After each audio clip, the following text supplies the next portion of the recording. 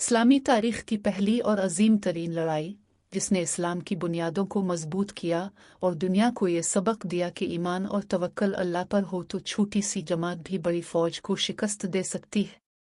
ये है कहानी ग़ज़वा बदर की, जिसे तारीख हमेशा याद रखेगी। सन 2 हिजरी माह रमज़ान। मुसलमानों के पास सिर्फ 313 जानिसार थे। इनमें से ज़्यादातर निहत्थे थे, कुछ के पास सिर्फ तलवार, कुछ के पास नेज़ा और चंद के पास घोड़े। इसके मुकाबले में कुरैश मक्का की 1000 सिपाहियों पर मुश्तमिल बड़ी फौज थी, जिनके पास बेहतरीन असलहा और जंगी सामान था। मुसलमानों की यह जमात ईमान और अल्लाह के भरोसे के साथ बदर के मकाम पर कुरैश के लश्कर के सामने डट गई। रसूल अल्लाह ने दुआ में हाथ बुलंद कर दिए और अर्ज किया, ए अल्लाह, अगर ये जमात आज हलाक हो गई तो ज़मीन पर तेरा नाम लेने वाला कोई ना बचेगा। अल्लाह ने अपने नबी की दुआ कबूल फरमाई। कुरान में भी इसका जिक्र है। जब तुम अपने रब से मदद तलब कर रहे थे तो उसने तुम्हें जवाब दिया कि मैं 1000 फरिश्ते लगाकर तुम्हारी मदद करूंगा। अल-अनफाल 9। जंग शुरू हुई। सबसे पहले कुरैश के 3 बड़े सरदार मैदान में आए और मुसलमानों ने अपने बहादुर जवान भेजे।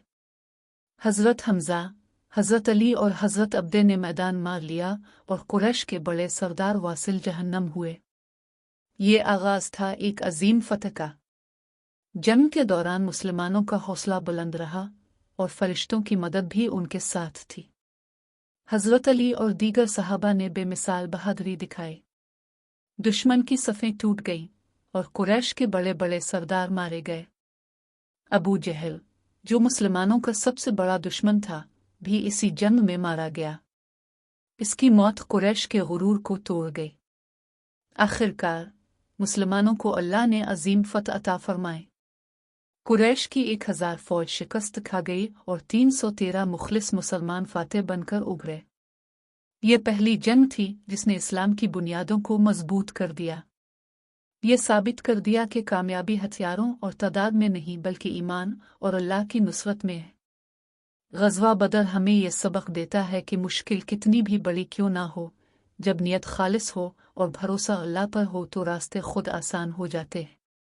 ये थी कहानी बदर की जंग की, पहली फतह इस्लाम की, जो आज भी हर मुसलमान के लिए हिम्मत, ईमान और तवक्कल का पैगाम है।